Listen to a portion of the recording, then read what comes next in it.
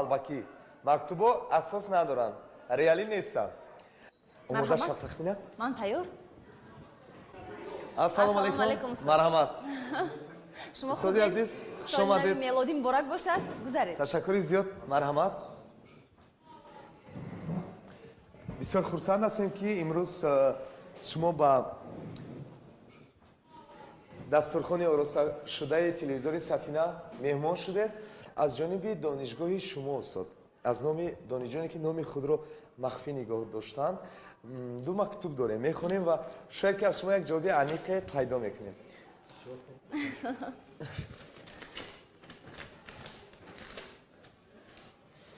хуб, инҷо устод навиштанд: устоди азиз, ман як нафар донишҷӯи донишгоҳи шумо дар курси 4 таҳсил мекунам. 2 соли охир нархи санҷишу имтиҳонҳо хеле афзудааст.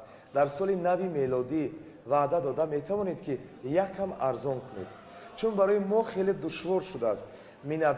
миннат намекунем, вале нимсолаи дуюми соли гузашта куратор аз мо мошини тамғаи хориҷӣ талаб кард. ҷавоби шумо? Як лаҳза устод, ҳамин мактуба ман хонам, баъд ҷавоб дед ба ҳардуяш. Салом, ман як нафар ҷавондухтари курси 1 аз деҳот омадам, дар хобгоҳ истиқомат дорам. хобгоҳи мо нозири махсус надорад. ҳар касе хоҳад озод даромада баромадан мегирад.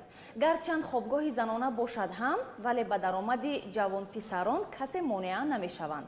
коменданти мо ҳамеша дар ҳолати мастӣ аст, падару модарамон дар хавотиранд. чӣ кор кунем? суд бисёр мехостем ки бахшиши зиёд мо шуморо дар ин ҳолат овардем ва қаблан дар суҳбати телефонӣ нагуфтем. бисёр хуб мешавад ки шумо ба ҳардуи ҳамин мактубҳо ҳамчун намояндаи донишгоҳи технологии тоҷикистон ки роҳбари яке аз факултаҳо ҳастед ҷавоб мегардонед, то ин ки донишҷӯён бо умед мешунанд аз соли нав.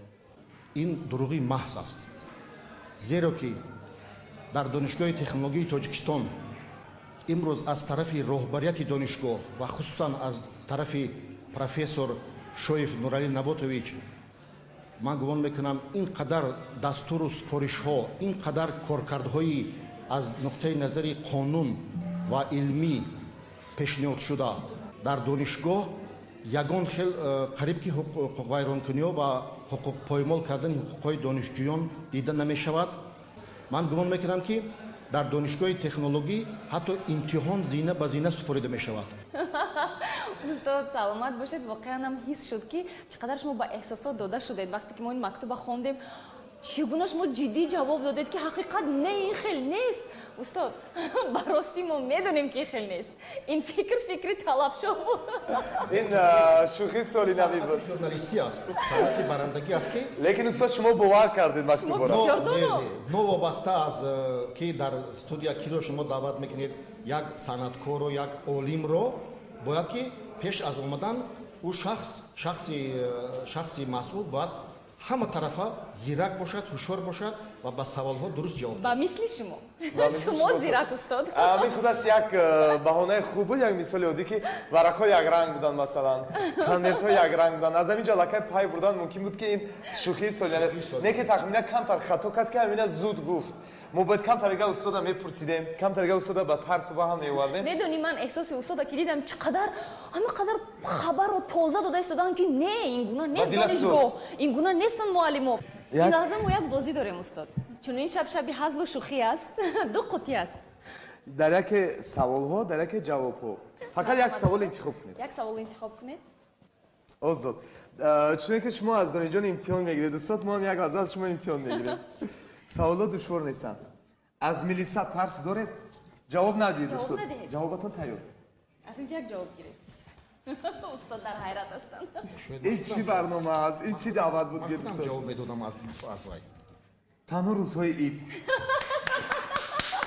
табрикоти шумо. соли асп бениҳоят соли хуб аст.